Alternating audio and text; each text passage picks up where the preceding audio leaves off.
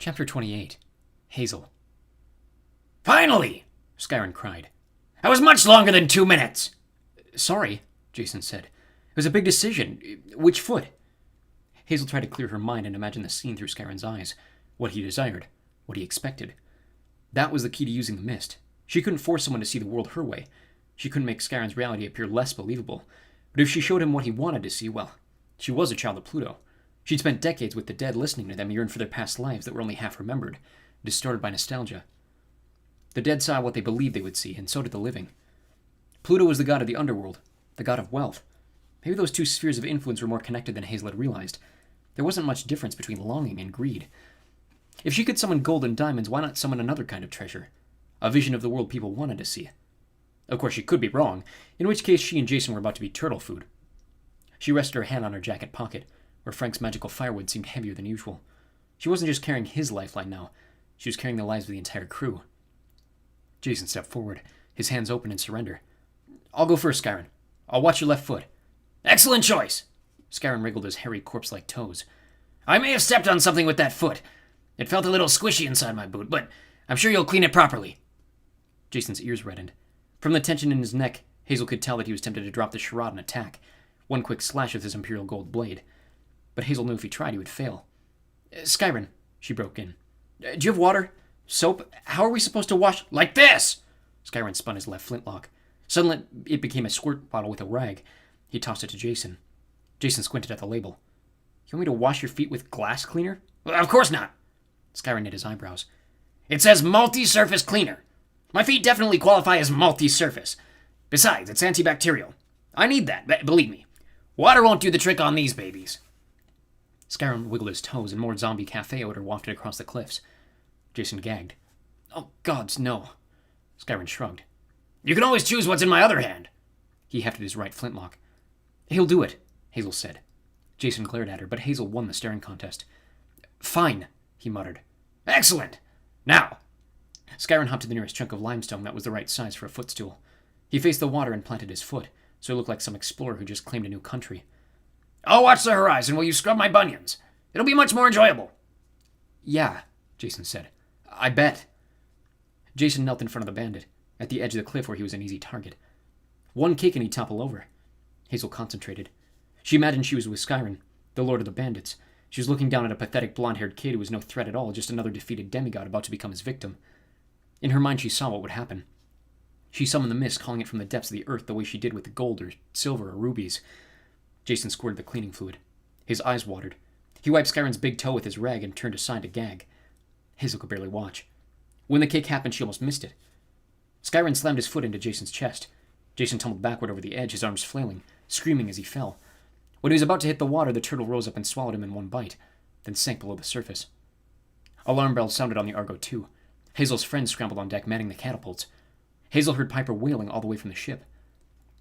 It was so disturbing Hazel almost lost her focus. She forced her mind to split into two parts, one intensely focused on her task, one playing the role Skyron needed to see. She screamed in outrage. What did you do? "Oh dear." Skyron sounded sad, but Hazel got the impression he was hiding a grin under his bandana. "That was an accident, I assure you." My friends will kill you now. "Oh, they can try," said Skyron. "But in the meantime, I think you have to wash my other foot. Believe me, my dear, my turtle is full now. He doesn't want you too. You'll be quite safe, unless you refuse." He leveled the flintlock pistol at her head. She hesitated. Letting him see her anguish, she couldn't agree too easily or he wouldn't think she was bitten. Don't kick me, she said, half sobbing. His eyes twinkled. This was exactly what he expected. She was broken and helpless. Skyron, the son of Poseidon, had won again. Hazel could hardly believe this guy had the same father as Percy Jackson. Then she remembered that Poseidon had a changeable personality like the sea. Maybe his children reflected that. Percy was a child of Poseidon's better nature, powerful but gentle and helpful, the kind of sea that sped ships safely to distant lands. Skyron was a child of Poseidon's other side, the kind of sea that battered relentlessly at the coastline until it crumbled away, or carried the innocents from shore and let them drown, or smashed ships and killed entire crews without mercy.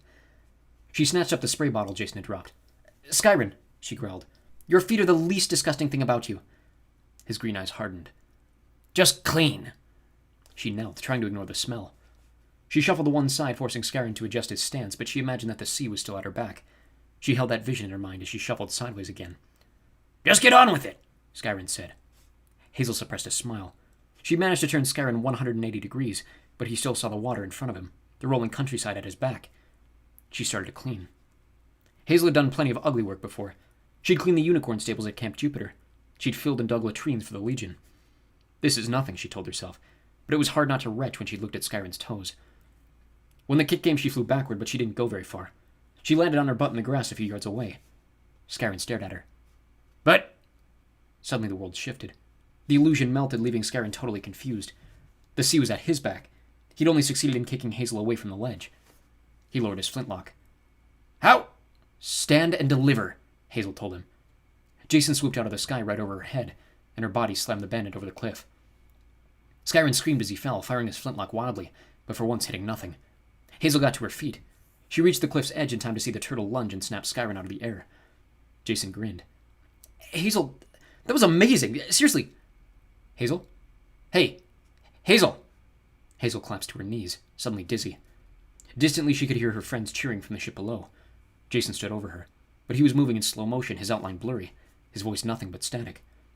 Frost crept across the rocks and grass around her. The mound of riches she'd summoned sank back into the earth.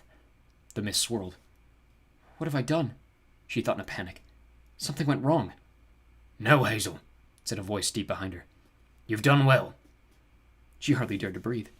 She'd only heard that voice once before, but she had replayed it in her mind thousands of times. She turned and found herself looking up at her father. He was dressed in Roman style, his dark hair close cropped, his pale angular face clean-shaven. His tunic and toga were of black wool, embroidered with threads of gold. The faces of tormented souls shifted in the fabric. The edge of his toga was lined with the crimson of a senator or a praetor, but the stripe rippled like a river of blood. On Pluto's ring finger was a massive opal, like a chunk of polished frozen mist. His wedding ring, Hazel thought. But Pluto had never married Hazel's mother. Gods didn't marry mortals. That ring would signify his marriage to Persephone. The thought made Hazel so angry she shook off her dizziness and stood. What do you want? She demanded. She hoped her tone would hurt him, jab him for all the pain he'd caused her, but a faint smile played across his mouth. My daughter, he said.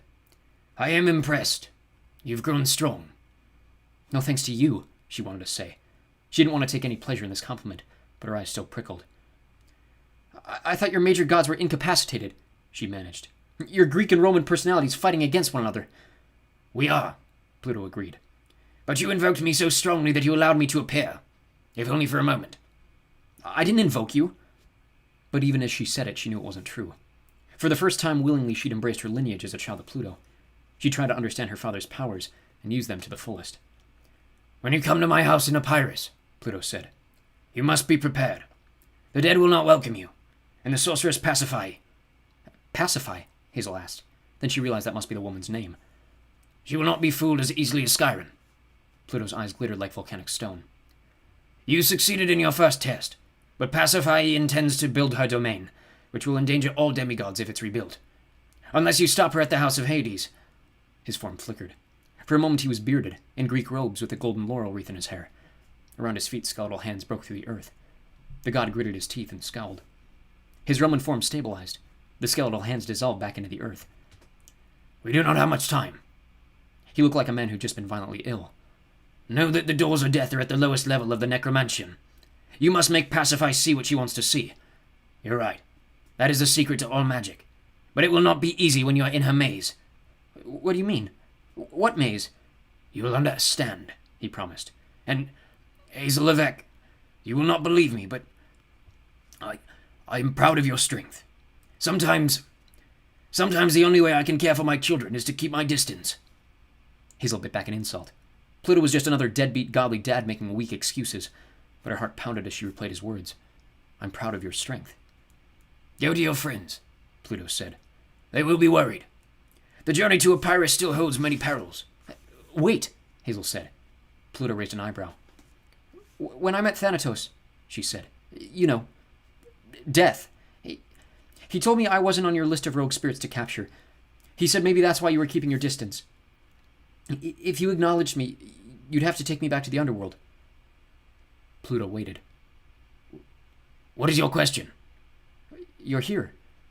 Why don't you want me to go to the underworld with you? Return me to the dead. Pluto's form started to fade. He smiled, but Hazel couldn't tell if he was sad or pleased. Perhaps that is not what I want to see, Hazel. Perhaps I was never here.